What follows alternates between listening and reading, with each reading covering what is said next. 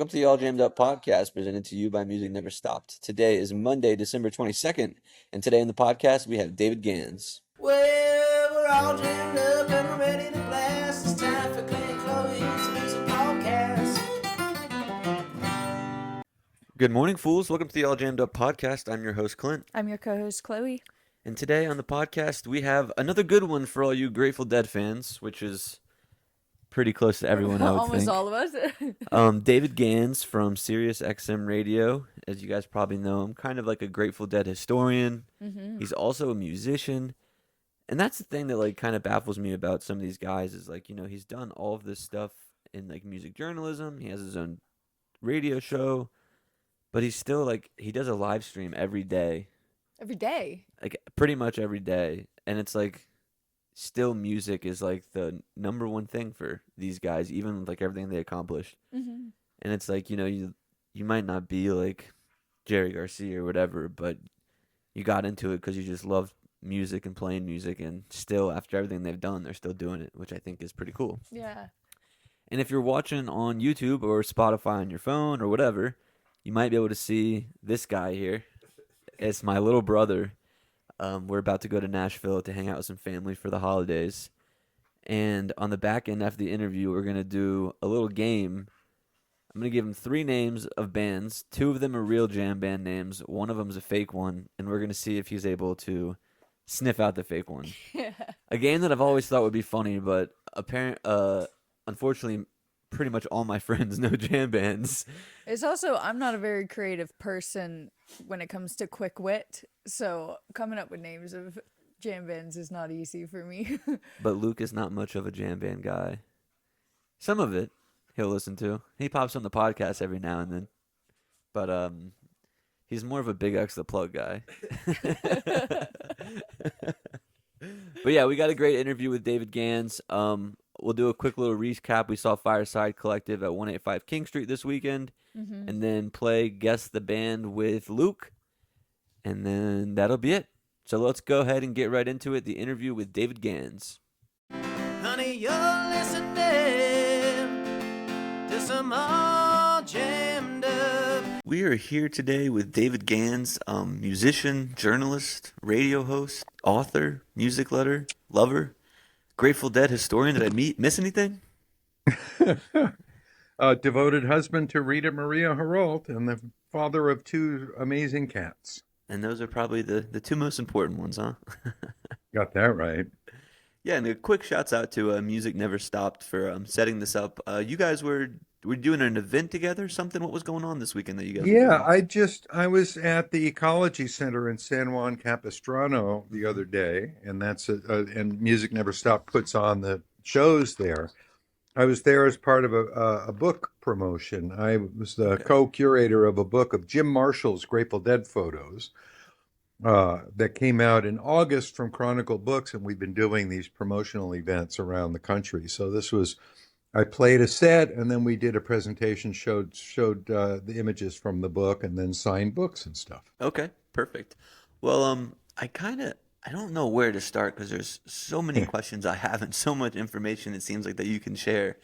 But I guess we can just start with your music, because I was reading and doing my research, and it kind of said that you're a musician first, and then you kind of got sidetracked with everything else that you were doing. That's exactly right. I consider my life to have really begun on the day in the spring of 1969 when my older brother taught me a couple of chords on the guitar and set a couple of my poems to music. I literally, that just set me on the path I'm still on today. I was interested in nothing else but making music, writing music, and I've been doing it ever since. So it's 60, almost, 50 plus years and counting. Yeah. So 69, is that when you first started playing your music, and it was all like your just originals that you were playing then, writing music? Well, not at first. The very first thing I ever played on the guitar was an original song because my brother had set these 2 lyrics, poems of mine to music, and then taught me the chords. But I started writing immediately, and I wrote a bunch of songs at that time, but I also started learning. I got the Crosby, Stills, and Nash songbook and the Beatles' White Album songbook. I just started teaching myself guitar. by going through the books and doing the songs that I knew and loved from other artists and stuff. But I was writing from the beginning, and I really believe that, excuse me, that being a person who writes songs, it makes me different from people who don't write songs. People, like when you start playing the guitar, you might adopt one particular guitar player. You want to get their style and become an emulator of that person and stuff. And a lot of people sort of go into it that way by imitating or emulating the people who's the heroes on that instrument and stuff. But I started writing songs, and that was always more important to me than playing the guitar per se. You know what I mean? It was not.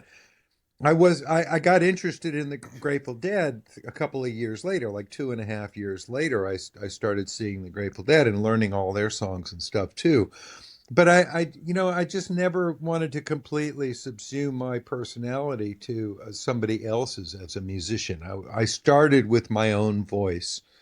And that's, I think, the primary distinction. If all you ever do is play other people's songs, you may not have the incentive to sort of figure out what you yourself sound like. So I've been striving to sound like myself since the beginning while absorbing all of this other stuff. And I wandered into journalism as a way to enrich my life as a musician. I wanted to get records and concert tickets and stuff. So I started writing for music magazines. And next thing I know, I was making a living at it. So here I am. And you said before you were playing guitar, you were writing poems? Well, yeah, I was a teenager in the '60s. Everybody was, I was taking acid and stuff like that. So, I was having a typical, and everybody, I mean, when I was growing up in the '60s, musicians were the kings of the universe, man. The Beatles were more popular than Jesus, as John Lennon famously said, And I really feel like everybody wanted to be a rock star on some level, in that world. And I got into it for all of the typical teenage reasons, I think, but I stuck with it because it turned out I actually had some talent and some skills in that area. So I stuck with it and managed to make at least part of my living making music for these 50 plus years. Yeah, and then you said that like around 72 is kind of when you got introduced to the Grateful Dead. Can you kind of Yes. describe, like, was it a show? Was it a record you heard? Like, what was your story of getting on the bus? All right. Well, I had a songwriting partner, a guy that I went to high school with, named Stephen Donnelly. We met up in high school not long after I started writing songs, and he was interested in writing song lyrics and stuff. So we started writing songs together and remained friends and collaborators into our brief attempts at college. We both went to San Jose State University starting in the fall of 1970, and neither one of us lasted all the way through the program, I don't think. But he started telling me we should go see the Grateful Dead.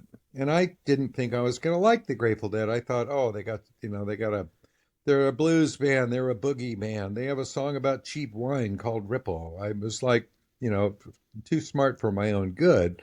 Because imagine my surprise when I actually heard those songs and found out that New Speedway Boogie isn't a boogie and Cumberland Blues isn't a blues either. And Ripple isn't about cheap wine. But on March 5th, 1972, we took very, very large doses of LSD and jumped into Donnelly's VW 1500 with a designated driver who ironically was named Dennis Driver. He drove us to San Francisco from San Jose. We had a little car trouble on the way, so we got to the show a little bit late. We wound up in the last row of the balcony. And, halfway through the opening act's first set, and then we saw the New Riders and we saw the Dead, but I was just blazing on acid. It was a really heavy dose. And I was sort of a wimp with psychedelics in those days anyway. So it was kind of an overwhelming experience in a lot of ways. But it stuck with me. Years later, I had lunch with Donnelly last year or so, I think, when he was visiting. And I said, how did we know? We went to that show, and then, like, the next time the Dead came to town, we waited in line at the box office overnight and bought tickets. I said, how did we know? He said, are you kidding? The day after we went to that show, you went to the music store and bought every Grateful Dead thing you could find. So apparently, I jumped into it with both feet immediately, even though I mean, literally, there was a lot that went on. It was really overwhelming, and it was the only time I ever saw Pigpen. But I can't tell you much about him because A, I was too far away in the last row of the balcony. B, I was blazing on acid, and C, I had no fucking idea what I was seeing. Yeah. But little bits of it stuck with me, and as I started to acquire the records, I found those bits of music, you know. And it turned out one of them was Bertha. I just loved the way Bertha went, Mhm. and I liked the way Bobby played guitar on Greatest Story Ever Told was really really intriguing to me. So I got hooked by little bits of it, the stuff that stuck to my memory in my insane, frenzy of being dosed that night. It was enough that I could go looking for those things in the records and finding them. And I was a young singer-songwriter. I didn't know anything about jazz or improvisation or anything like that. The thing that the Grateful Dead hooked me with was the songs. Mhm. And then over the years, I figured out what was going on in between the songs too. And pretty quickly, I became an improvisational musician. I moved to Berkeley in 1973, late 73. And a guy that I had gone to high school with was just moving back to San Jose. He dropped out of Cal and was moving back to San Jose. But he said, look up my friends on Etna Street. They play Grateful Dead music. So I called this number and I went over and I met these guys. And we started, you know, playing music together. And some of us are still playing music together 50 years later because we started a band back in the 70s and we just would jam at frat houses, the usual thing, but we were Mhm. playing Grateful Dead music and we developed that form of music making, which is different from most music. Most of the music we were listening to was carefully constructed, recorded, and rehearsed music that was a replica of what we had heard on the album. That was kind of the way music was made in those days. Mhm. And here came the Grateful Dead, playing it different every time and stringing the songs together in a different order every time and doing this extended improvisation between the songs that took me a while to figure out. They were making music in real time. This was an improvisation, and they were less concerned with perfection than with inspiration and collective ecstasy. And that's what they were doing. And that's what I found partners very early on with whom I could do that. But we adopted the Grateful Dead model, but we didn't just do Grateful Dead songs because I was a songwriter and one of the other guys in the band was also a songwriter.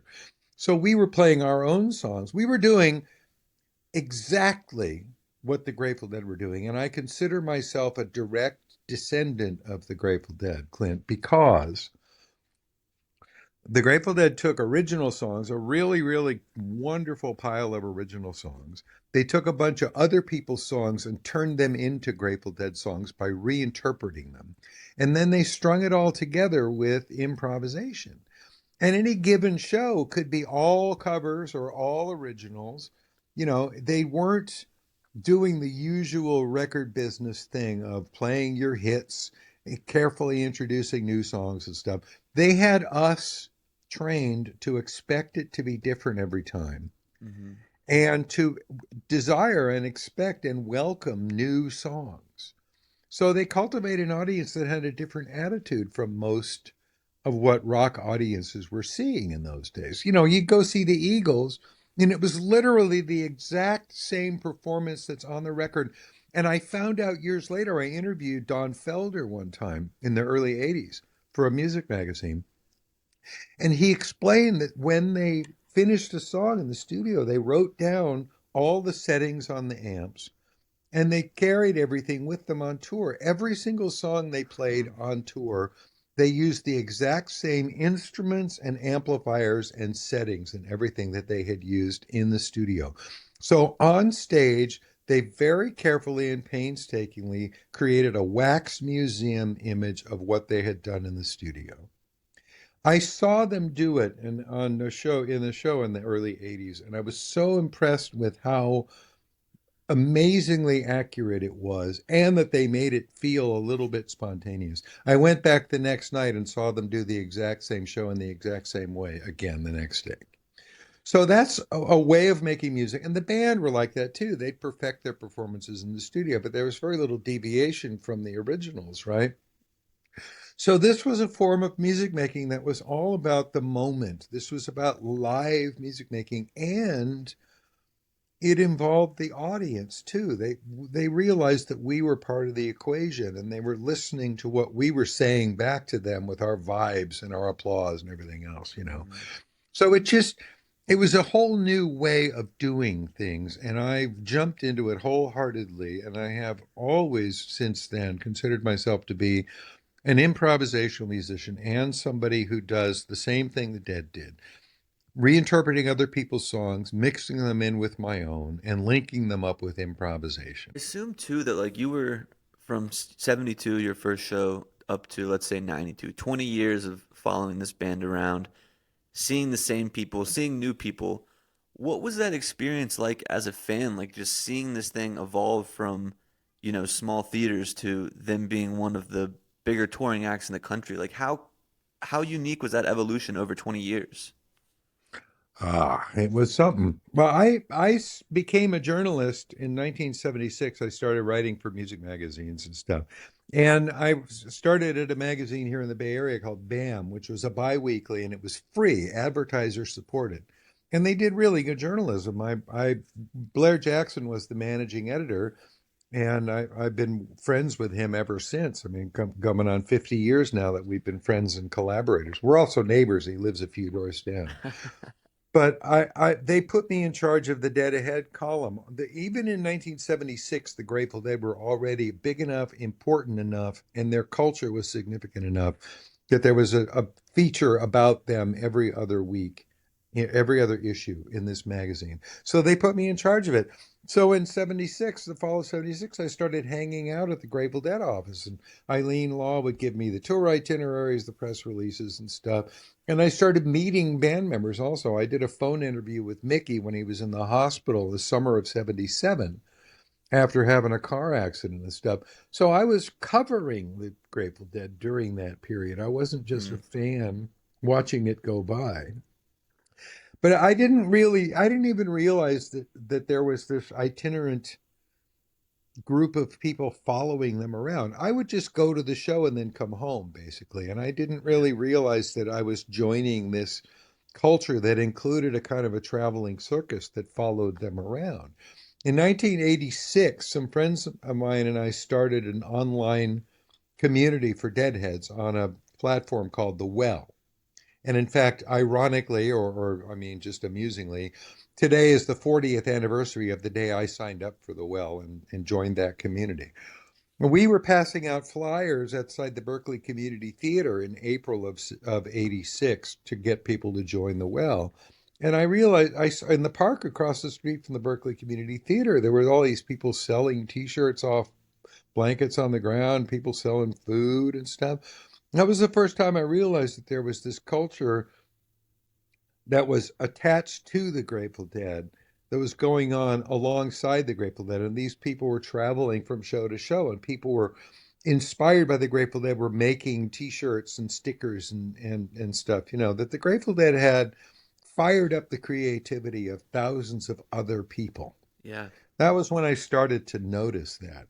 But my primary focus was always the music. I was a music journalist. And so when I would talk to the musicians, I would talk to them about music. I think a lot of journalism, non-Deadhead journalists and non-music journalists would look at all that other stuff, and they found it, they got their story in the parking lot because there was so much colorful stuff going on out there that it saved them having to try to comprehend the music. So a lot of coverage wasn't as musical as it could have been. And that's one of the reasons I think I did well in the Grateful Dead world, that the musicians recognized that I knew what I was talking about as a musician Mm. when I talked to them.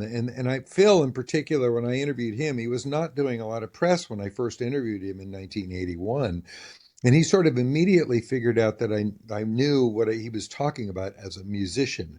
So he sort of, seized upon me as somebody who could help tell their story, and he supported me for many years going forward. So I was just documenting the thing from the music and paying less attention to the rest of the culture as Yeah. it developed around me. That was being covered by lots of other people. Hmm. You mentioned the Well being an online community in 1986. What does an online community look like in 1986? Well, there was America Online. I don't think it even started yet. There was what was that thing called? There was well, the Usenet had already come into existence in the academic and military world. The thing that became the internet was originally part of the ARPANET, which was industry and military and academic communication, but people started using it to have private conversations as well. So the news groups, rec.music.gdead, was in existence already when we started. CompuServe existed. There was, I think, might have been a thing called the Source. People were forming communities using computers and modems Okay. in the early 80s, but it wasn't really hitting the consumer level that much at the time. And one of my friends and colleagues in this thing, Mary Eisenhart, was the editor of Micro Times magazine, which was the same model as BAM. It was an ad supported uh, journals covering Silicon Valley and personal computing industry and stuff. And Mary was the editor of that and a big deadhead, and we went to shows together a lot. And she started talking about these online communities, and she figured out immediately that it would be like a great thing for deadheads because we had so much to talk about. We wanted to share information about getting tickets, rumors about who's coming and doing what hotel are we all going to be staying at when the Dead play Greensboro, and tape trading, so much to talk about. Yeah. So she said, we should think about starting an online community for deadheads. And she said, the Well, Whole Earth software catalog had started a system called the Well, available to normal people to start communities, and they were offering free accounts to people that had interesting ideas for community. So she said, why don't we try this Grateful Dead conference thing on the Well and see how it goes before we spend money buying a computer for ourselves to start an online community. So we did. I signed up for the Well on December 11th, 1985. We started the conference on March 1st of 1986, and it took off immediately. There were a few people I met immediately who like bought computers so they could get online and join this community. And it was so successful in the Well, and it wound up helping to sustain the Well through its early years. We never went off and started our own system because we found our home in the Well.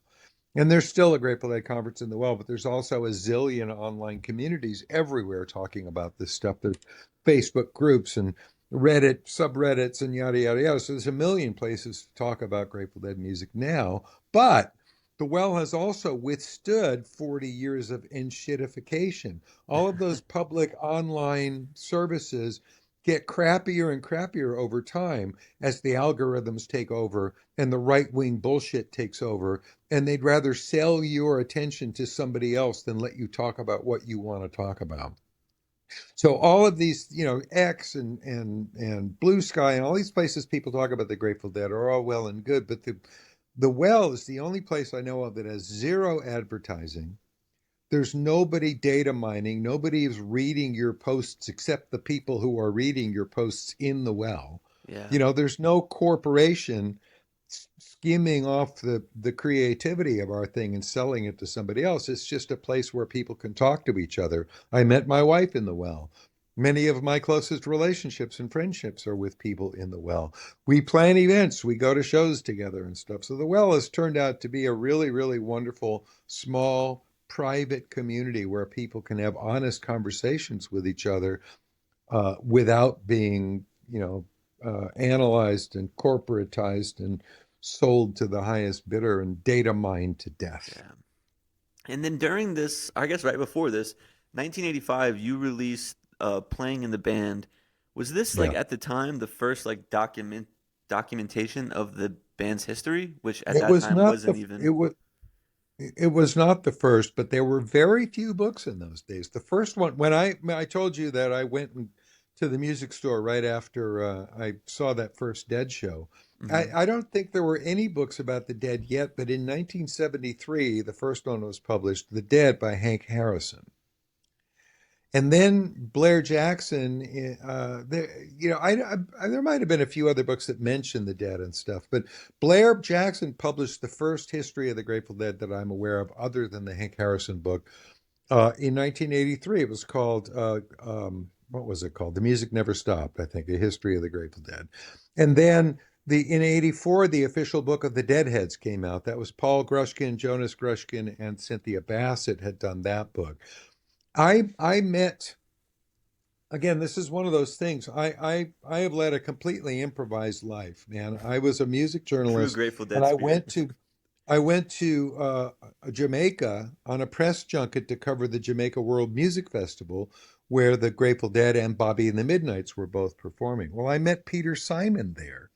Very well known photographer, had published an important book called Reggae Bloodlines. And he was there with his editor, Bob Miller, beginning work on a book about the Grateful Dead. And months later, I found out that they met with Phil Lesh in Jamaica, and Phil had suggested that they hire me to do the text for Peter's book. And a few months later, that call came, and they asked me if I wanted to do the text for Peter's book. And of course, I said yes. So I spent most of 1984 working on that book, collected a lot of new interviews and a lot of other stuff I already had in my pockets, and Peter's photos, and I had some of my own photos, and we brought in more photos from other people.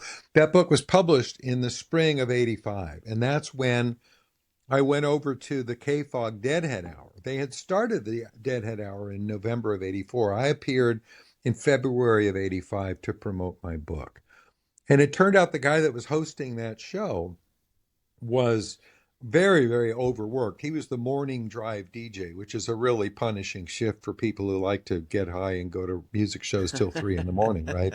And he had his own specialty show. So he was very happy that I and a couple of other neighborhood deadheads were bringing in tapes and stuff. But as my book began to get a reputation, the station management asked me to take responsibility for the show because, again, Mike, the host of it, was really overburdened with jobs, and I was very happy to be doing it because had just published this book and stuff. So I became the sole host of the Deadhead Hour sometime, I think, in '86.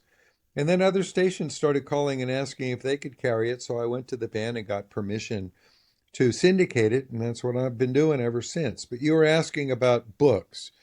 '85, there weren't a lot of other books. They started coming after that, and by now there's probably 300 books about the Grateful Dead, or more even. It's turned out to be a really, really deep subject, and I've published half a dozen books myself on the subject. But at the time that book came out, there were very few.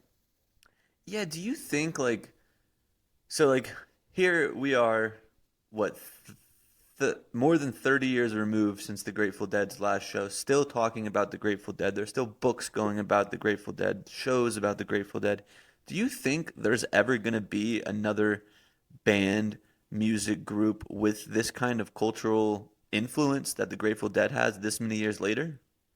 I have no idea. I don't know how this one happened. Well, I do. It happened because they made something that was incredibly powerful to the people who appreciated it and somewhat inscrutable to the people who didn't appreciate it. hmm But they did a lot of things. My friend Rebecca Adams, a sociology professor from Greensboro, who's also published extensively on this subject and took a class of students on tour with the Dead in '89. She talked about how the Grateful Dead inadvertently did things that were brilliant marketing, playing a different show every time. You wouldn't necessarily go to 3 Eagles shows in a row because it's the same damn show, but you would go to all 3 Grateful Dead shows in a row because you wanted to make sure you heard your favorite song. You knew it was going to be different each time, and you knew it was going to be worth seeing 3 times in a row. Yeah. And it was powerful enough and interesting enough and intriguing enough and deep enough and rewarding enough that students would take a whole summer off and follow the Dead around. So it was compelling, really deeply compelling to a significant enough niche of society, and weird enough and uninteresting enough to the rest of society that they left us alone to pursue it. And as Bill Graham told me once, people don't grow out of this music. If you get into great, like if you're a heavy metal fan, once the hormones stop raging, you might sort of move on to more sophisticated kind of music and stuff. Or if you're a teen pop fan, you eventually, you want something that's got a little more going on and stuff. Well, the Grateful Dead always had intriguing stuff going on. They did it differently every time. Their songs were really, really deep and interesting and didn't tell you everything they know the first time you hear them. Mm-hmm. So the songs and the performances and the continuity, it was like we were invited to witness an ongoing conversation. Mm. And it stayed interesting enough that we stayed with it. And we'd go see them again and again and again. Some of us went on tour with them. Some of them just saw them every time they came to town. But we'd get married and we'd have kids and we start bringing our kids to the shows. And now, here at this late date, there are families of Deadheads 4 generations deep. So we didn't age out of it. We stayed with it. We brought our families along. And so the culture became bigger and new people would get involved in it. And you could get on the bus in 1991, right, and hear the Grateful Dead as they were happening then, but then you could go on the archive and listen to everything going back to 1966. So because of the media world in which we live, the entire history of the Grateful Dead, backwards and forwards, is available. So whenever you got on the bus, you could get caught up and hear everything that had led up to that day. So it was, everybody could get up to speed and participate in the culture fully. And also there was no barrier to entry. It welcomed anybody who loved the music. Yeah. So it was a hugely welcoming community. And I've seen countless stories and I've read countless accounts of people whose first Grateful Dead experience was a life changer. There's a movie, a woman named Lonnie Frazier put out a movie a few years ago called Box of Rain.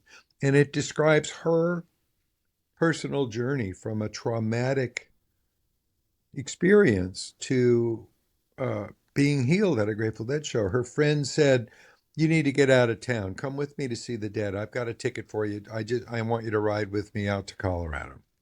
So she talks about going on this trip and how much it meant to her and how much she was healed and how when she got to that place, she was immediately welcomed into this society. Mm-hmm. And so, and I loved her story. I loved the way she told it. And I've read a manuscript of another book that's coming, and I've seen lots of other stories similar to that one. I just finished interviewing about more than 40 Deadheads for another book project called Aging Gratefully, Deadheads Then and Now. And I heard dozens of stories from people, same thing. I was an unhappy heavy metal kid. Friend of mine said, "Come see this." I walked out of there a different person. Yeah. It's happened to so many people. For the people who are genetically disposed to appreciate it, it goes really, really deep, and it engages us on many, many levels, emotionally, intellectually, spiritually. And it provides deep rewards to the people who are attuned to that. So it's not surprising that we'd spend this much time following them around and get that much into it. And because it's so thoroughly documented, there are a zillion ways to acquire artifacts of it as well. So you could become a collector. You could collect tapes. You could collect stickers. You could collect T-shirts. You could collect experiences. Rebecca and her sociology classes came to the realization that this fan base is more interested in experiences than artifacts as a rule. So we're people who wanted to have real-time experiences, and we pursued them, and we brought our friends along. We proselytized, we evangelized this thing. So it's not at all surprising that something this deep would be of sustained interest to people over a long period. I did not expect when I became a fan of this music that it would become a career for me. It never in a million years what I would have thought that I would become a recognized expert on this topic, and that I would be doing, podcast interviews and TV interviews and publishing books about it 50 years later. It's kind of astonishing to me, but I shouldn't be surprised in retrospect because it is entirely worthy of the amount of attention I've spent on it. Yeah, and the Grateful Dead like brand has kind of evolved so much, with like it's more popular in like mainstream media and you see these like high-end fashion collabs with the Grateful Dead and playing multi-runs at the Sphere for like an expensive ticket price. Has that like kind of for someone like you who's been so involved in the Grateful Dead community for so long, what's kind of your take on all of that change happening within the Grateful Dead? Oh, well, I've been an observer of it all these years. So there are many times in the last few years where I have said, I'm really glad that my job doesn't require me to have an opinion because there's a lot of controversy about a lot of these things. A lot of Yeah. old school heads, they don't like the tempos that Dead and Company play at. There are people that just categorically reject John Mayer. There's just so many things you could bitch about in this world, but it all has evolved of its own accord. It is a beast that is beyond the control of any individual person. And I will happily remain agnostic about various decisions that were made along the way because there's nothing I can do. There's no amount of complaining is going to change anything, and I don't really. It is what it is. Jerry did his best to keep the prices down in his lifetime, but the entire music business has changed immeasurably in the years since Bill Graham died and since Jerry died, and it would not be possible to do shows the way we used to do them in the present day. There's just too many other factors. So uh, I I also, I'm glad I don't have to register an opinion about ticket prices because I don't know. I've often said I know Bob Weir well enough for these 50 years to believe that he doesn't have a greedy bone in his body, but he's not running this whole show. Yeah. Other people are, and they're extracting value from it in the way that American capitalism always does. And again, my opinion of it is completely irrelevant. My job is to observe it and document it and focus on the music. And I'm glad I don't have to get involved in editorial discussions about what they're doing wrong. Fair enough. Fair enough. Good. Thank you. I imagine too, like in the 70s and 80s, when you're doing all this music journalism, you're not just pigeonholing yourself into the Grateful Dead. There's other Oh interviews, other no. people you're meeting. Who was someone that you met that kind of really like someone you interviewed, I guess, that kind of really took you by surprise or maybe taught you something that you really needed in that moment? Oh God, so many. I mean, I was a general purpose music journalist for 10 years. And I interviewed a lot of people. And this was in the days when record companies would fly you across the country and put you up in a nice hotel. I stayed in a fucking Ritz-Carlton in Chicago in 1981 when I was going off to interview uh, Joe Walsh at Alpine Valley. And they flew me to Miami to interview Rod Stewart in a hotel room down there and things like that. So I got to talk to a lot of different people. I interviewed Tom Petty, Rick Ocasek, Pat Benatar, three members of Fleetwood Mac, Neil Young.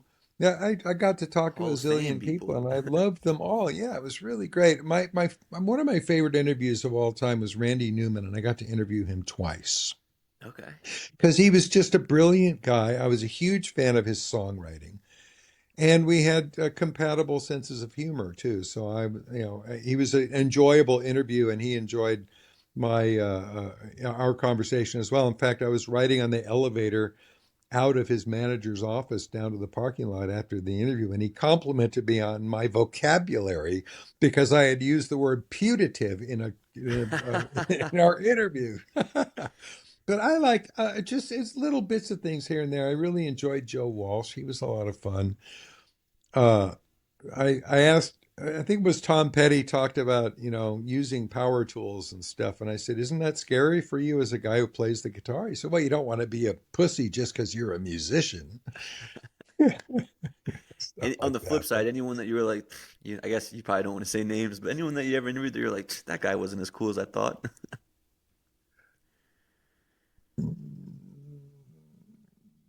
No, I don't have any. There isn't anything that springs to mind that was a particularly like unpleasant experience. Well, that's Most good. people when you're I worked for Rolling Stone. Record Magazine was my primary employer from 81 to 86, and that was a Rolling Stone subsidiary. So, we were, and the publicity departments of these labels, again, this was in the day when they were spending money to make people like me love their artists. Hmm. So everybody was on their best behavior. They were doing an interview with somebody who was going to write a cover story about them. So there wasn't much percentage in them being dicks about it. Yeah. They didn't want to. I wasn't. I'm not the sort of journalist who would like take revenge on somebody for insulting me by writing a shitty piece about them. But I'm sure there are journalists like that. But everybody was I think happy to be talking to somebody that wasn't, just dumbly reading questions off a piece of paper. My interviews were conversations; they were not Hmm. questionnaires, and people tended to respond to that. Now that I've been the giver of interviews, for as many years as I've been the taker of interviews, I find it a fascinating process. Jerry Garcia told me once, he said, I learn a lot from being interviewed because there's a lot of things you don't think about until you're asked that question. You don't really sort your thoughts out about a certain thing until you have to say it. And I found that to be really, really true. I don't necessarily know what I think about a certain thing until the question comes up. And I've had that experience of being that interviewer Hmm. of people, and generally, I think I gave good interview, and they generally appreciated being interviewed by somebody who wasn't a boob. Yeah. Yeah. So fast forward to the 90s is kind of where it seems like I guess your life got back on track to being kind of more of a musician, right? You were playing more shows, releasing more albums. Is that right? Well, I always played music. I never Okay. stopped playing music, and I always had a band here in the Bay Area and stuff. Weirdly enough, it was 1997. Uh, was the year that I started touring nationally. Hmm. I had a good friend of mine, Eric Rollins, a friend from the Well, by the way, and I had been playing music informally at parties and stuff for a couple of years by then. And we both decided we wanted to make a record. And we, just for the fun of making a record, I wanted to make a record because I was an ambitious musician. He wanted to have the life experience of doing it. So we raised a bunch of money from a bunch of friends and went and made a record. We hired a real producer, worked in a real studio, had some ringers. David Grisman played on 3 tracks of that record. And so we put out an album in 97 called Home by Morning, Eric Rollins and David Gans. And I got a call from a festival in Florida that wanted to hire us to come down and play. So I did and also in 97, I think it was 96 maybe, after Jerry died, the Grateful Dead community wanted to continue celebrating and having weekend getaway events where it was safe to trip and stuff like that. So the founders of Dupree's Diamond News and Terrapin Tapes put together an event called Deadhead Heaven that took place on the campus of State University of New York in Purchase, New York. Hmm. And they hired a bunch of bands to come and play. And I was a performer and also there as kind of a famous Deadhead author type guy. Steve Silberman came and talked also, who had published Skeleton Key for Deadheads and stuff. So that began my national touring career. And this other call came in the fall of 97 to play at a thing called Big Cosmos Sunshine Daydream Weekend, which became Magnolia Fest. And I performed there regularly for more than 10 years. I'd go down there twice a year and play their festivals. And then I started touring, playing clubs and stuff in the summer of 1998. I had a booking agent for a while. So yeah, I had decided I'd always played music, and I saw the opportunity to start playing music on a national stage, and I took it. And I've been doing that ever since, with varying degrees of success and stuff. My day jobs were all flexible enough that I could take time off to go travel. If Yeah. I was producing in the late 90s and early 2000s, it was still a lot of work to produce a radio show, and you'd have to spend a couple of days in the studio doing it. But I could produce a couple weeks worth of shows ahead and go away for 2 weeks on a tour, and still get my day job done. So I've been doing that, just juggling the two ever since. The only weird thing for me is that I sort of have to keep a Chinese wall between my music stuff and my radio and journalism stuff, because when I'm in, if I go do an interview with John Mayer, because I'm the radio guy doing that, I can't really hit on him to listen to my demo tape. You know what I mean? Yeah, So I get that's you. the sort of thing I have to be very, very careful not to let anybody come to think that I'm trying to, weasel their attention or something. And I also just it's my nature also to not want to take advantage that way. I want to earn every bit of success that I have. So I'm not begging people to give me chances here and there. I'm trying to do stuff on my musical merit. So I keep those two things separate. It's not that I don't it's not that people don't know that I'm a musician. People know I'm a musician, but I'm very carefully not trying to promote myself in places where I'm there on the other in my other identity, right? I have to keep Yeah. those two identities separate. Where they overlap, I mean, I've played music with members of the Grateful Dead numbers of times. I've played several gigs with Phil Lesh. In fact, there are people who believe that he got the idea for Phil and Friends from playing with me and the Broken Angels at the end of '97 and one show in '98. Because I was doing that. I was putting together a different band every week to play shows, to play Grateful Dead music at clubs here in the Bay Area. And Phil came and sat in at a benefit we were doing in September of '97. And my wife and I were standing with him at the back of the dance floor at the Ashkenaz, and he's seeing there's like 10 musicians on stage playing Grateful Dead songs, and 350 people on the dance floor, and he's standing back there going, "Holy shit!" And I said, first thing I said was, first of all, multiply this feeling by about 10,000, and you'll get an inkling of how we felt at a Grateful Dead show. Secondly, he immediately figured out that what was going on was that we were all having this musical conversation in the language that he invented.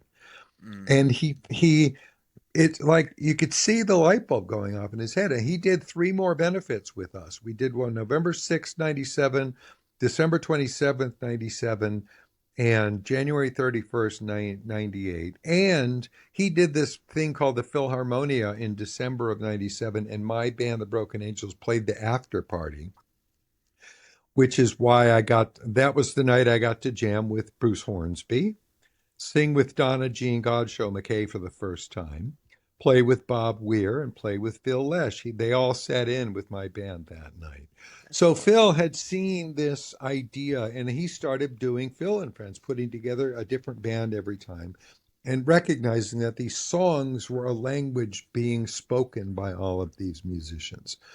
So I've been very happy with my progress. I've gotten to play a bunch of really, really great gigs and pay my mortgage by doing other interesting stuff. So my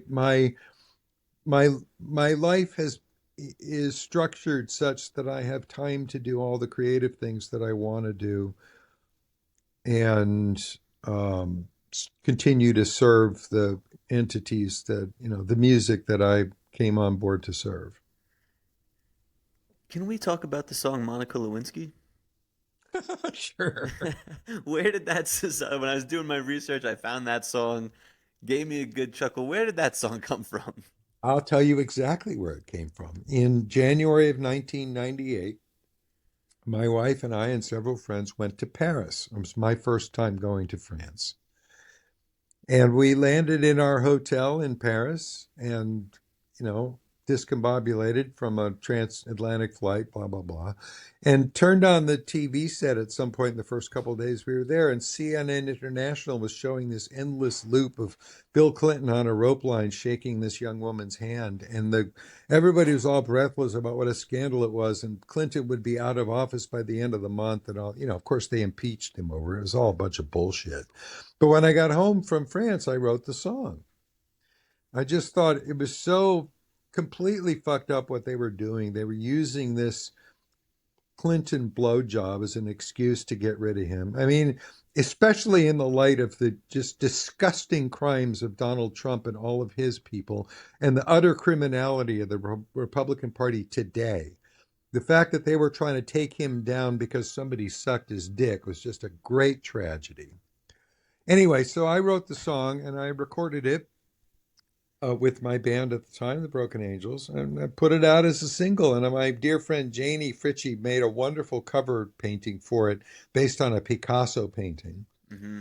And it went nowhere. I sent it to the Chronicles reviewer, and he said it was an annoying song, so I didn't get anywhere with it. I got a basement full of CDs if you ever want a copy. We of it. We gotta get that song back in rotation. Get Well, that one back out there. it was of its moment. Yeah. I did get to say she was a pawn in a crooked game, though. That felt good.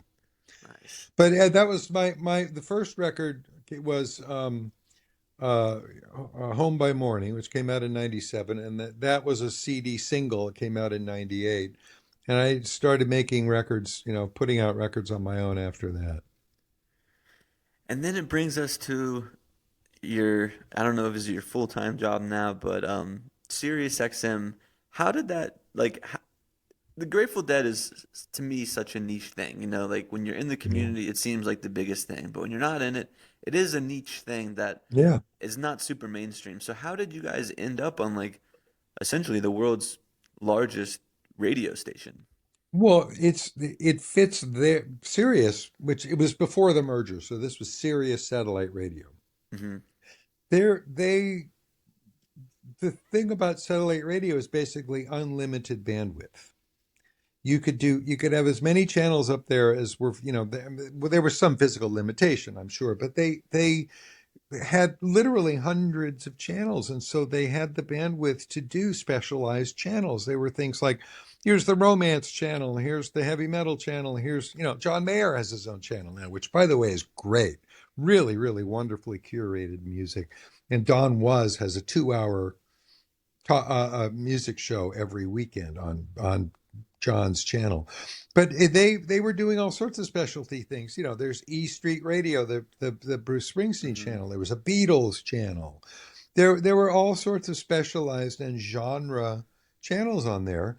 So they made a deal with Grateful Dead to make a Grateful Dead channel. The Grateful Dead were a perfect candidate for it. Amusingly, before that existed in the 90s and early 2000s and stuff, people would say, man, you should do a 24/7 Grateful Dead channel. And I always say, no, Jesus, no, an hour a week is enough.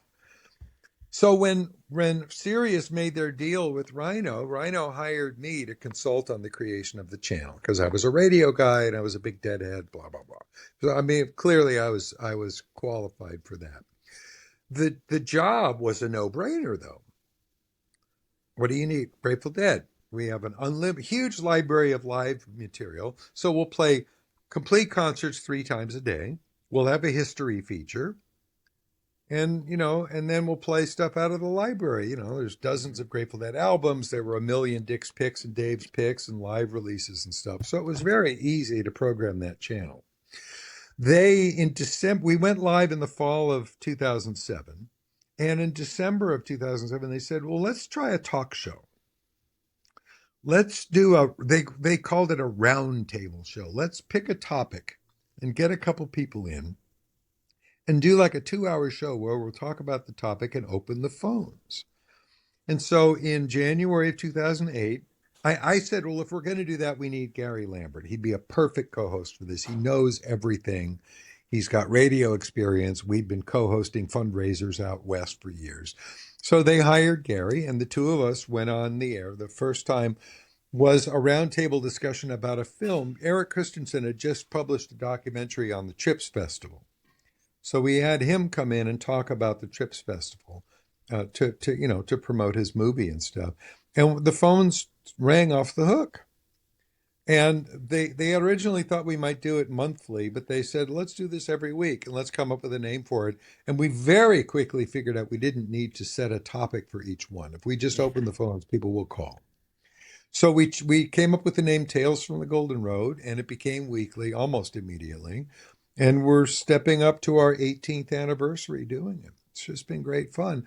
I I also do special programming for the channel. We'll do, like, when there's a new Jerry Garcia band release, I usually do, like, David Lemieux does specials for his releases. Hmm. I do them for the JGB releases. Well, I'll do, yeah, you pick a few favorite tracks from the new release and you talk about the circumstances, and you might interview somebody.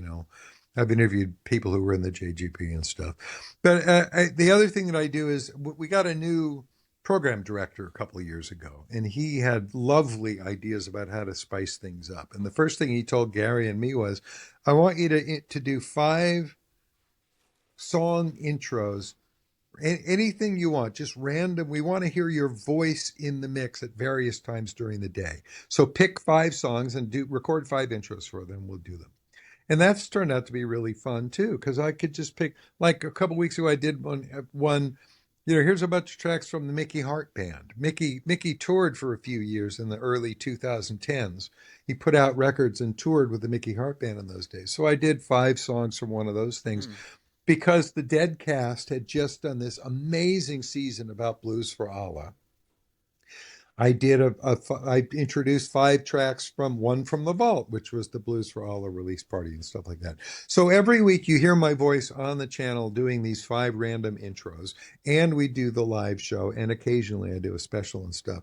So it's not a full-time job at all, but I still produce the Grateful Dead Hour full-time. And that one, I mean, again, that's also not a full-time job in the sense that I don't spend 3 days shuttling material around on open reel tape decks anymore. It's all done on a laptop, and I could do most of the work on an airplane if I wanted to. So my life, my 2 day jobs are those things: the Grateful Dead Hour syndicated, and my stuff for SiriusXM. And all the rest of my time I can freelance and do other things that I want to do. So I spend a lot of time on my own music. When the pandemic started and all my gigs went away, I started playing a live show online every That's what afternoon. so I want to interrupt real quick. I wanted to lead into that. It's, you've written these books, you do these, the Dead Cast, everything with SiriusXM. But to me, the most impressive thing is that still, after accomplishing all that, all these tours, shows, records, you're still doing that live stream just for the fun of it, right? Every day, Pretty pretty much. much. Well, I make a few bucks from it, but Okay. and I needed to make a few bucks from it the first couple of years because I wasn't touring, and I needed to make up for the income. But it turned out I started it in April of 2020, because April of 2020 was going to be my busiest month. I had a 2-week tour and 2 festivals that month. In fact, I was in trouble with my wife because I was going to be away so much of the month. And when the pandemic hit in March, every one of those gigs just dried up one by one. So I said, well, if I don't, I got to play. I got to keep playing, or I'll forget what I'm doing on this planet. And if I wait for till nobody else is doing anything, I'll never play. So I just decided I'm going to play every day at 4 o'clock and see what happens. And I Nice. started doing it, just singing into my iPad. I'm live streaming on Facebook. And it took off immediately. I had a few of my regular fans became regular daily fans and started proselytizing it to other people. So I'd have like 60, 70 people watching during each show. And then I started doing them on YouTube as well. I use an app called Restream that allows me to send to 2 platforms at once. So I stream on YouTube and Facebook every day, and I open up an online store with a tip jar and stuff. So people, a few people send me a few bucks every other day or so. So I still make a few bucks from doing it, but it turned out to be musically the smartest thing I ever did. My performing chops have never been better. My singing has never been better. My guitar playing has definitely stepped up to another level, and other people have noticed that. And it's kept me in touch with a bunch of wonderful people. I made a whole lot of new friends from this thing. And it's a lovely thing to have a guy send me requests every morning because he's going to be Yeah. there in the afternoon to hear me do that show. And I had a software developer do some to create a database for me, so I keep track of everything I've played, and it does an aging report for me. So I delete the last 5 days of songs so that I don't repeat things. So I make a menu every day of songs that I might play with my one listener's requests at the top. And then I just play for an hour every day. And at the end of it, I say, hit that tip jar if you want. I've got signed books for sale here and stuff.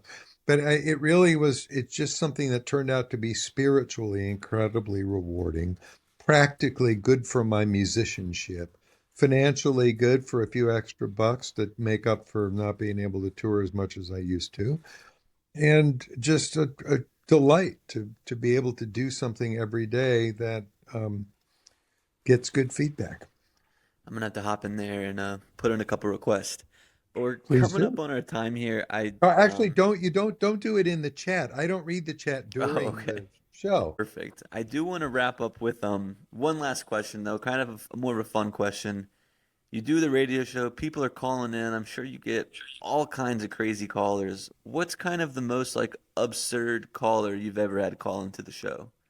I we used to get a guy who would call. I'm not going to say his name because it would embarrass him a little bit, but there was a guy who would call us and he would ask like really annoying, gossipy questions. And Gary and I would both, like roll our eyes when this guy called up. And and he would ask these silly questions and we kind of roll our eyes and stuff. But one time we had Sam Cutler, the late great Sam Cutler, who was famously the Rolling Stones tour manager, took the fall for the Stones at Altamont, and wound up being a Grateful Dead manager for several years. Well, he was as a guest with us. This guy calls up and he goes, I was wondering if you thought Altamont would have turned out different if the Grateful Dead had played. And Sam Cutler, who was a great wit, said, well, that's a bit like asking if World War II would have ended differently if Hitler was a woman. And Lambert and I both started laughing so hard we almost fell off our chairs. It was the perfect way to shut this guy down. But here's the thing, our callers are smart and soulful and sweet. And we very rarely, the last, I can't, it's been months. But the last annoying call we had was a guy that began by saying, "You have to admit," Never a and good I don't even start. remember what his proposition was, but I realized at that point that anybody who begins their thing with "You have to admit" is about to start an argument.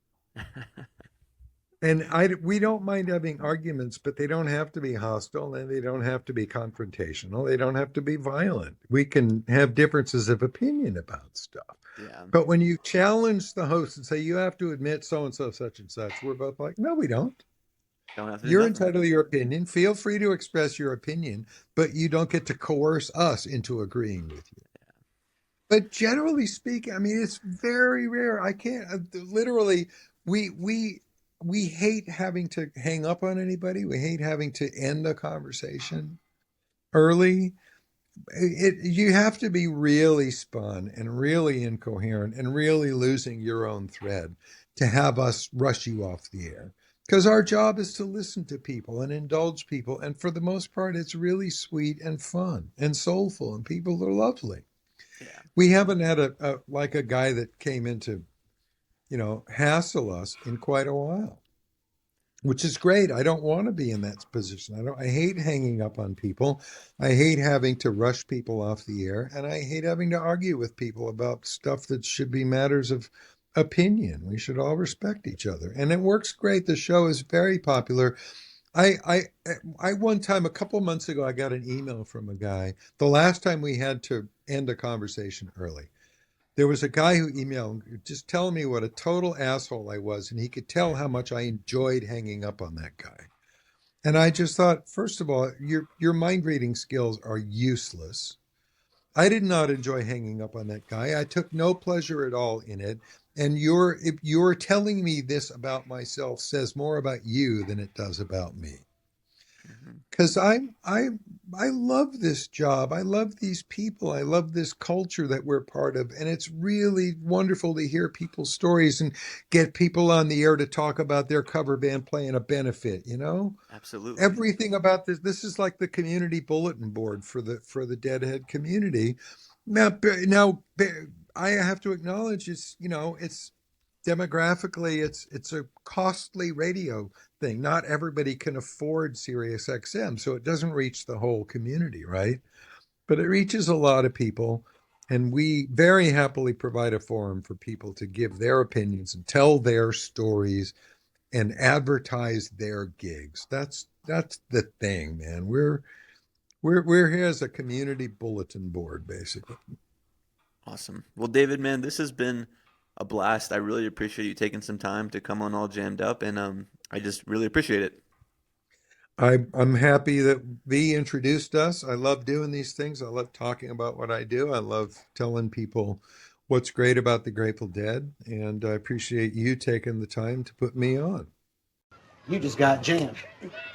Welcome back, everybody, from that interview with Mr. David Gans. David Gans, thank you, thank you. I did that last week after the interview too. I did an English accent after I into the outro. You're mocking me. You're mocking my heritage. Whatever you say. So We had a good Friday night. we did. We had a busy Friday night. I went to the Miller sisters first. First time seeing them too, with Ethan and Jackson, who have both been on the podcast, and then Jaden and Raina, who are sisters of Stephen Miller, Stephen who was Miller. also on the podcast. And they do just like covers, I think. Yeah, very lovely, kind of light, flowy. I don't really know how to like what kind of genre they're hitting. It's a bit more like Western Americana sounding, I think. Yeah, they did a Jolene cover that was sick. I love their Jolene. They Yeah, did that when I Jaden saw and Raina them. have such good voices too, so that was fun. And Steven had told me that when they were young, it was just Christy that was kind of teaching them how to harmonize That's cool. because they used to be worship leaders. Oh, Steven yeah, and yeah, that makes Christy. sense. Yeah, so they taught them young, kind of self-taught how to sing, and it's fucking amazing. They're beautiful, beautiful voices. I was at work for that, so Clint and I met in Brevard at 185 King Street. It was our first time seeing Fireside. First time at 185 King Street too. Kid. Kid, come here, dude. They Hey, played the come on. Reckoning album. It was a Reckoning night. Incredible. They were all sat down. Kind of hard to see. It was packed in there. It was packed in there. I asked, I was like, is this typical for this place? Because there was so many people there, it felt like. Yeah. But we got pretty close and we ran into some friends and it was a good. They played The Monkey and the Engineer, which I've loved that song for a while. Never I've seen it live. so many different bands cover the Grateful Dead and all of that. I've never seen anyone play Monkey and the Engineer, so that was really cool. It was fun. They played. A They were travesty. very fun. A travesty. Yeah, Yeah. There was a debate going on of how to say travesty or travity. I think because in one of the recordings of that song, Bob Weir's like, "This is a song about avoiding great tragedy," and then he said travesty. But that Monkey Engineer, that's like the intro to a song. Is Bob Weir saying that one time? This is a song about avoiding great tragedy. I was talking. That's a pretty good Bob Weir impression, huh? That was really good. That was incredible. I was talking to someone yesterday at work.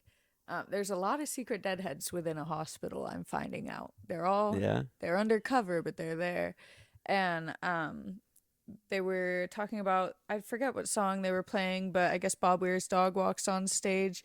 Just during the song, during the live recording, you can hear him go, "That's Otis." Yeah. I think somebody. I feel like we saw somebody who I can't remember what that song is. Someone played that. Yeah, I can't. But they said there's Otis, like where it would be in that park. So I think it's a pretty famous show, Yeah. but I can't think of the song right now. And But then I yeah. went on a deep dive of what Otis looks like. Otis was a gorgeous boy. Otis was lovely. And then we went to trifecta night of shows. We went to Reflective Habitat. Shouts out Bradley and Craig. Bradley. A twofer for me. I had 2 shows. But they were sick. It's like Craig is he's like producing the beats, and then sometimes Bradley would be like scratching turntables over the beats, or he would be rapping. And it was like a pretty refreshing show considering It like was all the jam bands that we go to. Super relaxing. It was a One World downtown, so kind of underground vibes. Very, very nice night. And I was expecting to be home by 11. I was ready to get home, get high, eat my cookout. Junkie. But I know. But then we got there and it was an amazing time. I think I got home at like 1. I got home at 2. No, you didn't. It wasn't that much later. I got home at 2. Much later. I had hardly dug into my cheese fries. Well, you didn't leave. You didn't leave till a little after 1. No, I'm bad at time references. Because I remember I left. I texted you. I think at 1:48. Because I remember looking at that. Damn, late night. I'm a party boy. Party boy. Yeah. All right. So let's get the game going with Luke. Give the mic to Luke. You'll have the thing. So introduce yourself. I'm Luke, his younger brother. He's like 6 inches taller than me. So Luke is not a jam band guy. If you could name 3 jam bands, who would they be? What would be the ones you name? Kendall Streaks, I can see him on the wall. Nice. Fish, because I've heard you talk about that. Okay. I don't have another one though. The Grateful Dead. You know the Grateful Dead? Grateful Dead, yeah. Okay. Billy Strings. You know Billy Strings. But that doesn't really count. Okay, so she's going to give you 3 names, and you have to pick out which one is fake. Okay. Okay. So we have lettuce, space bacon, and we have sun squabby. Those are all real names. I'm going to do this part. It's not in order. Alrighty. We're going to do... I can't use all 3 of those. Well, it's all right. He probably doesn't even remember what you said. We're going to do the Belly Bombers, String Cheese, Incident, or Space Bacon. Incident? String Cheese Incident, you think Yeah. that's a fake one? That's a real name. The Belly Bombers is not a real name. Bomber? The Belly I Bombers should is... have guessed that one. Okay, so get that one out. And then I said that one too, right? That was the other one? Okay. Space Bacon is also a real band. String Cheese Incident. Okay, so now we have the Plastic Infection Chaos, Pigeons Playing Ping Pong, or Leftover Salmon. Pigeons playing ping pong. That's a real one. Okay, we're 0 for 2 so far. Was the left out salmon real too? Leftover Salmon. Plastic Infection Chaos is not a real band. I just made that one up. That was a pretty good one, huh? Yeah. Okay. Disco Biscuits, Spiffy, or Magoo. Disco biscuits. That's a real one. Dude, Spiffy is a that would fake have been my band. second one. Okay.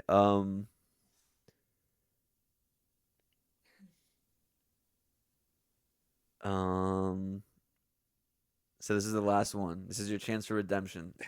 Okay. I'm gonna give you just 2 names.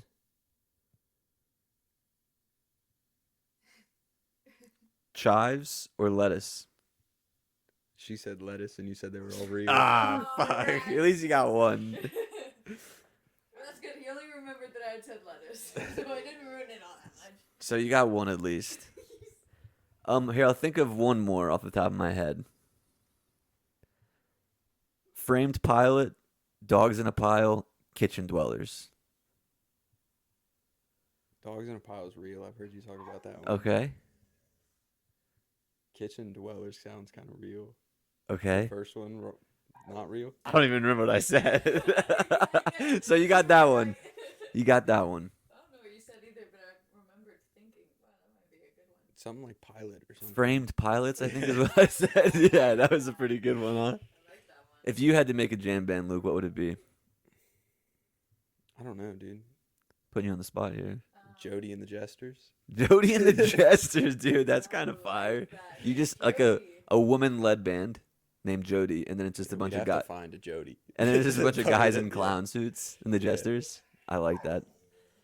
Alrighty, guys. Well, that's it for today's episode. We're gonna be back on Christmas. Will be the next episode because this episode's Monday. Yeah, Thursday we'll have a Christmas episode, and it's just gonna be me and Chloe. We're gonna do no interview.